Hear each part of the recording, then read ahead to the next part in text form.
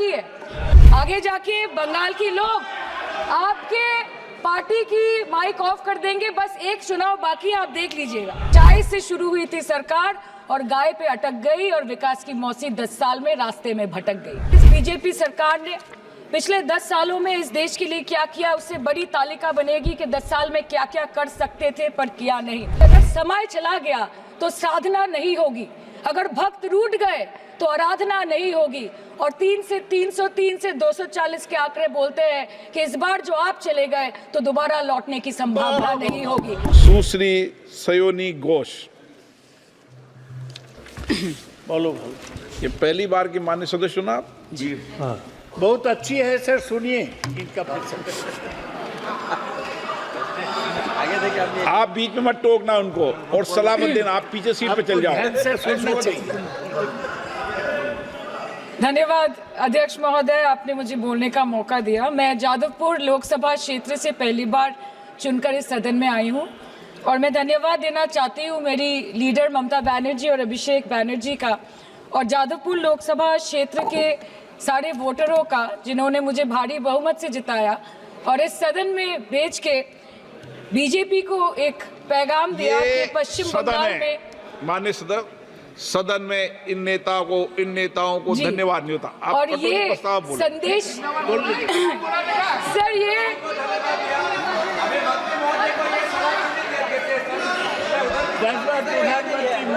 Sir okay sir, no problem sir. बोलो sir मैं धन्यवाद देना चाहती हूँ जादवपुर लोकसभा क्षेत्र के लोगों का जिन्होंने मुझे भारी बहुमत से यहाँ पे जिता के भेजा और ये पैगाम दिया कि पश्चिम बंगाल में नफरत की रणनीति और धोखेबाजी की राजनीति नहीं चलेगी।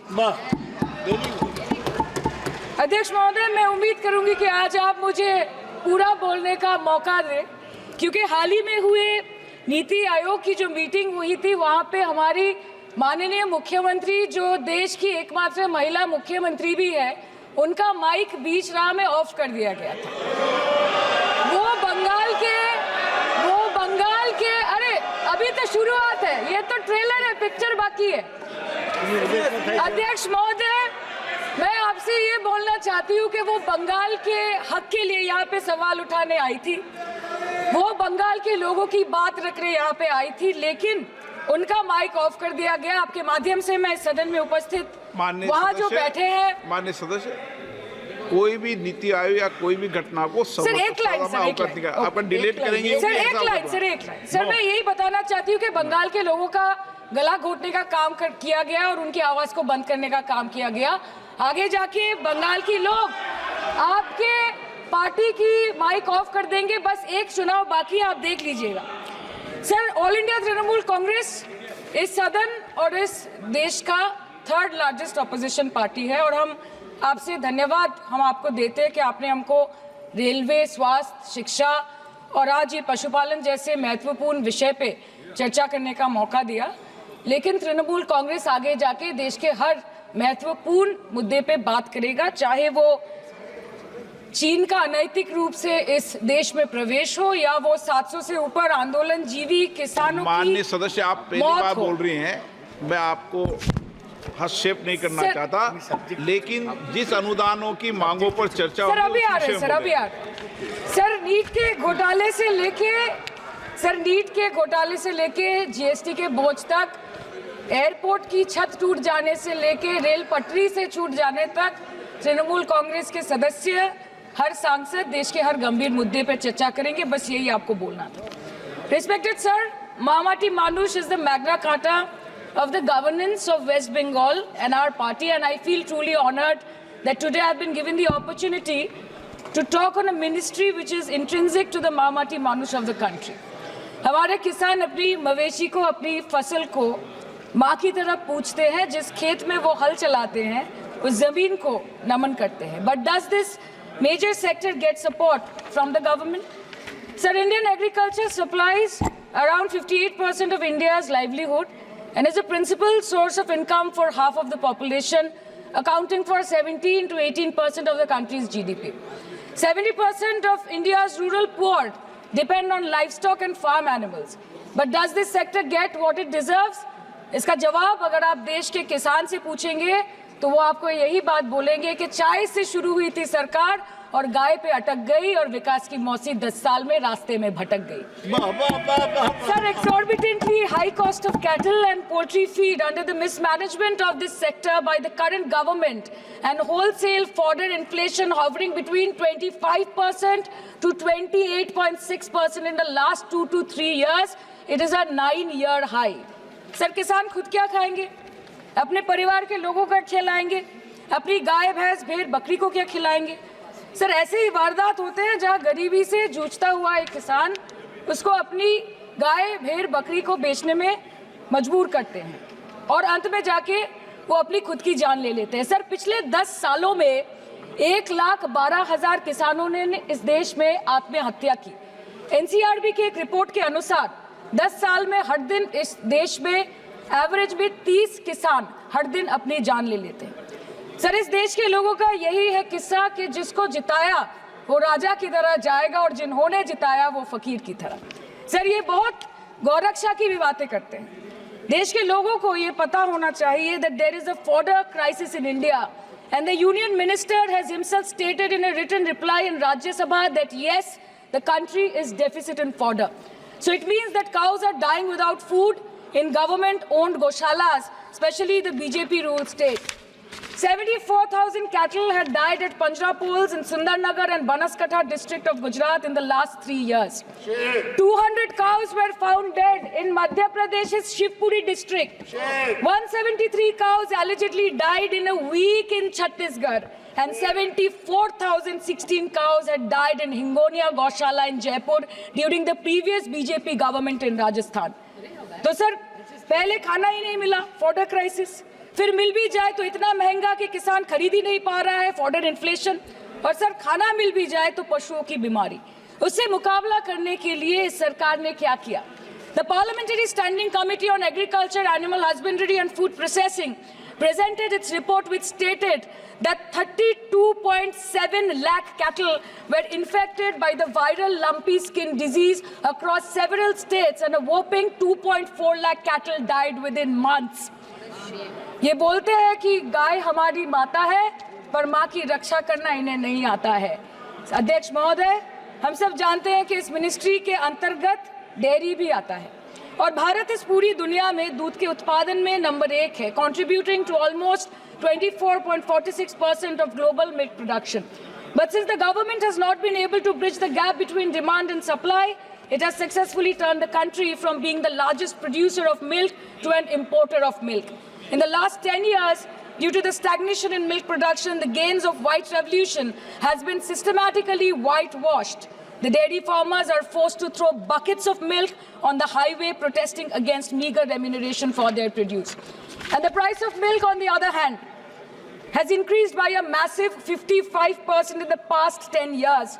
It was rupees 36 per litre in 2014 and now rupees 56 per litre in 2024. When this government came to power, the first thing the milk producing companies regulated by it did was to increase the price of milk by rupees 2 per litre. This was their revenge on the people of India for not providing a majority to the BJP. आम आदमी के दूध, छाछ, लस्सी, दही, पनीर पर 5% की GST, cream, condensed milk, मक्खन, घी पर 12% की GST और अमीरों के हीरो पर सिर्फ 1.5% की GST। सरकार उनको रिलीफ नहीं देती है जो विदेश में जाके मिल्क शेक और लाते की चुस्कियां लगाते हैं।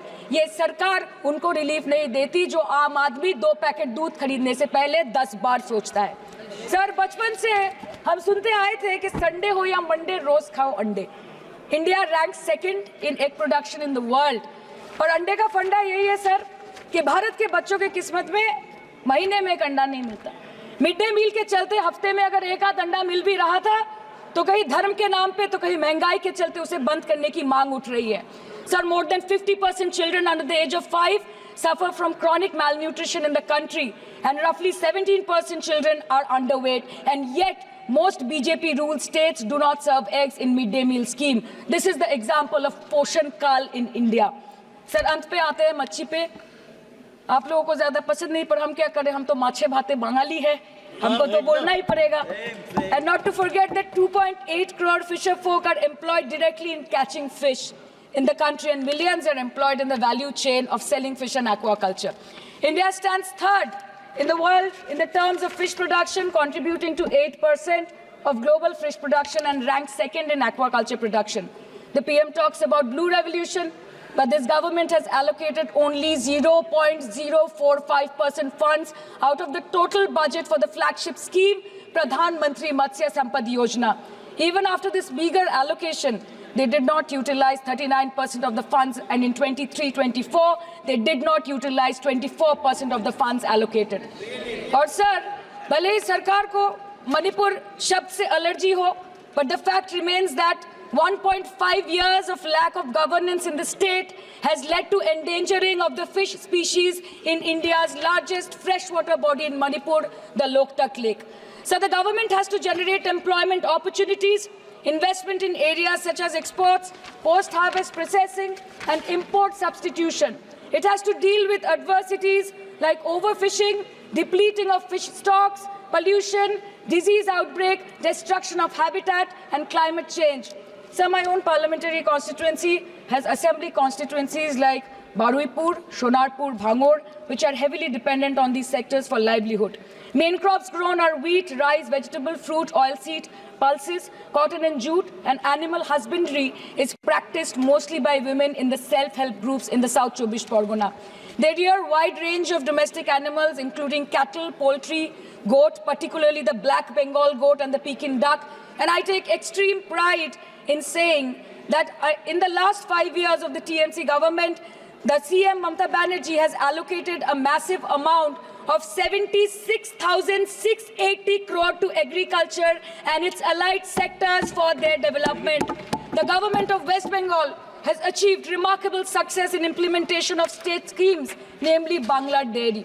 The state-owned company is providing financial incentive at the rate rupees 11.5 per litre of raw milk directly to the bank accounts of primary dairy farmers through milk unions. Bangla Dairy procured 3.55 crore kg milk in 2023, for which rupees 109 crore was paid to dairy farmers through direct benefit transfer. 47,900 fresh Kisan cards have been issued in the last 3 years for animal husbandry. Up to 30th November 2023, rupees 393 crore was sanctioned to marginal animal rearers in the rural areas. Bangla Shosho Bima scheme, a fully state-funded scheme for crop insurance. Total 1.28 crore farmers were enrolled under the scheme during 23-24. 70 lakh farmers got claim settlement worth rupees 247 crore. 76,049 farmers are getting pension amounting to rupees 1,000 per month under Joy Bangla scheme. Super Bangla scheme was introduced in 2014 for ensuring remunerative prices for agricultural produce, integrating about 80,000 farmers and procuring about 100 metric tons of perishables daily. The annual turnover of this project is now rupees 106 crore. 77 new stores have been opened in financial year 23-24. 186 Krisak Bazars sub-market yards are running successfully, providing excellent marketing infrastructure for aggregation and ease of marketing. And to be mentioned that West Bengal is one of the largest cold storage capacities in the country at more than 87 lakh metric ton with 620 cold storages. New investment of rupees 239 crore is upcoming in this sector this year with an employment opportunity for nearly 20,000 people. अरे उधर वाले बता इसमें बुरा क्या है, हवा के चार झोंके अगर इधर से भी गुजर जाए तो. Now coming to the demands of pending funds from the government of India to West Bengal on animal husbandry and welfare.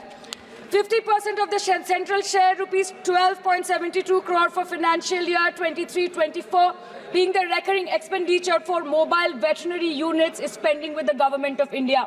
Government of West Bengal requested for sanctioning an additional 126 MVUs for 24-25. However, it was regretted, citing want of funds. The proposed central share of 49.93 crore for financial year 24-25 for assistance to states for control of animal disease has not yet been released by the Government of India. Despite repeated persuasion, Department of Animal Husbandry and Dairying has not released the central share of rupees 10 crore for financial year 24-25 for various ongoing national livestock mission schemes, including the project for the establishment of Buck Semen Station in Horinghatta. ये तो बस इसी ministry से बकाया है बंगाल का. अभी दूसरी मिनिस्ट्री प्रक्रिया तो पता नहीं कहाँ पे जाके ये खत्म होने वाला है. मैडम, मैं बस ये कहना चाहती हूँ कि इस बीजेपी सरकार ने पिछले 10 सालों में इस देश के लिए क्या किया, उससे बड़ी तालिका बनेगी कि 10 साल में क्या क्या कर सकते थे पर किया नहीं. 2014 में जो किसान मोदी है तो मुमकिन है सोच के और अच्छे दिन के ख्वाब देख के बीजेपी को वोट दे रहा था, आज 10 साल बाद वो बोलता है कि मोदी है तो नामुमकिन है. शायद अभी वो किसान है भी नहीं. तो इसीलिए मैं बोलना चाहती हूँ कि समय बड़ा महत्वपूर्ण होता है अध्यक्ष महोदय और बड़ा बलवान. बंगाली में हम एक बात बोलते हैं कि समय गेले साधन होबे ना. इसका मतलब यही है कि अगर समय चला गया तो साधना नहीं होगी, अगर भक्त रूठ गए तो आराधना नहीं होगी. और 3 से 303 से 240 के आंकड़े बोलते हैं कि इस बार जो आप चले गए तो दोबारा लौटने की संभावना नहीं होगी. तो यही बोल के मैं अपनी बात खत्म करती हूँ. Thank you so much.